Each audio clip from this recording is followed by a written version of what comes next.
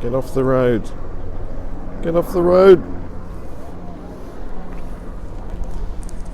It's quite funny, like, I've just seen the change of the guard for, I think, maybe the 378th time.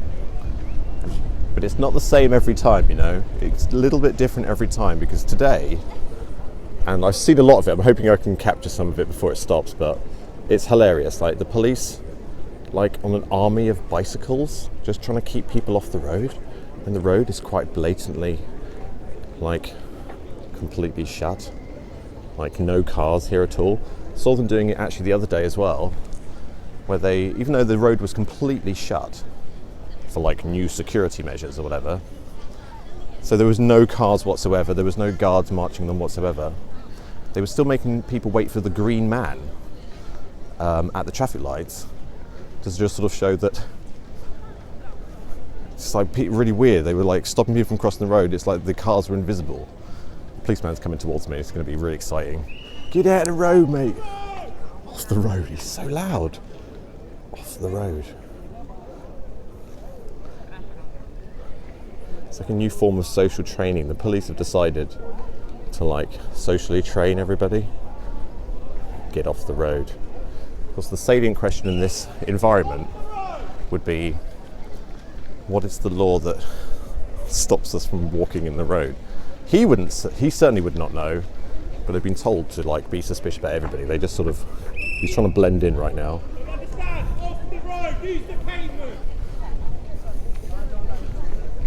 Very impolite. Off the road, sir. Is that please? Please. It's a request, isn't it? It's a road. It's a request. It's a road. Yeah. It's for vehicle, pedestrian, use the pavement. Are you requesting or ordering? For your safety, sir. It's a request then, yeah? So please mind your P's and Q's. I'm a member of the public. There you go. Telling off a police officer. Trying to restore harmony in the world.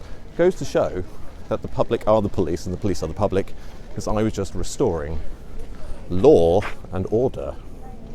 And off he goes.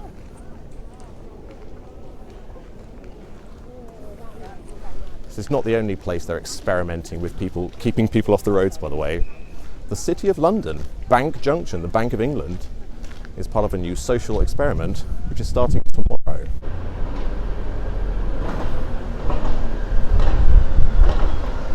Oh god, it's another one of these flashing signs that doesn't really work properly with the camera. This is the NatWest Tower, or Tower 42, as they now call it.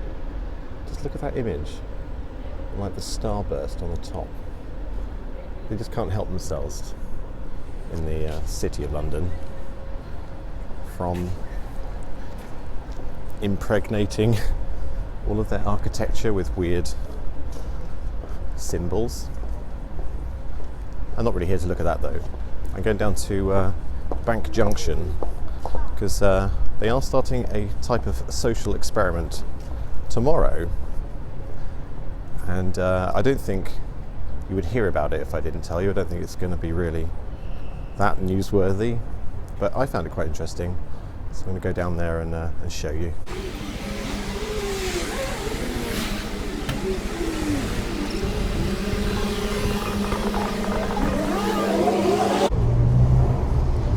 Can you see this?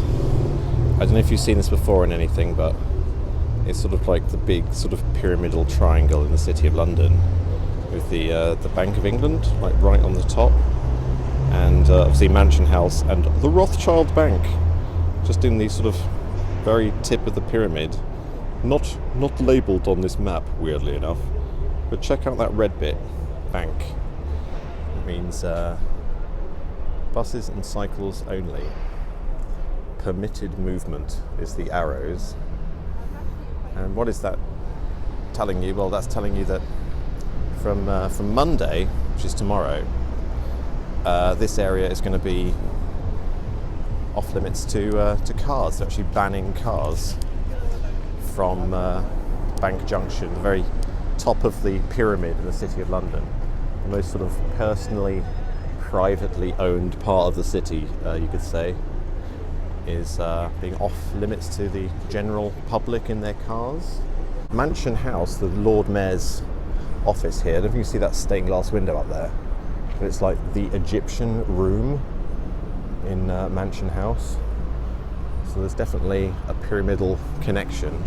The way, of course, they're actually going to be stopping cars is the use of automatic number plate recognition, which is, of course, how they're telling the children in schools nowadays how the future will be run, by a sort of computer modifying our behaviour and telling us what to do and telling us what's right and what's wrong. A computer system, an automated supercomputer running society.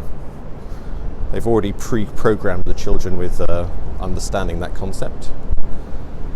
And yeah, that is the Rothschild Bank. Look at this spooky little cottage at the bottom.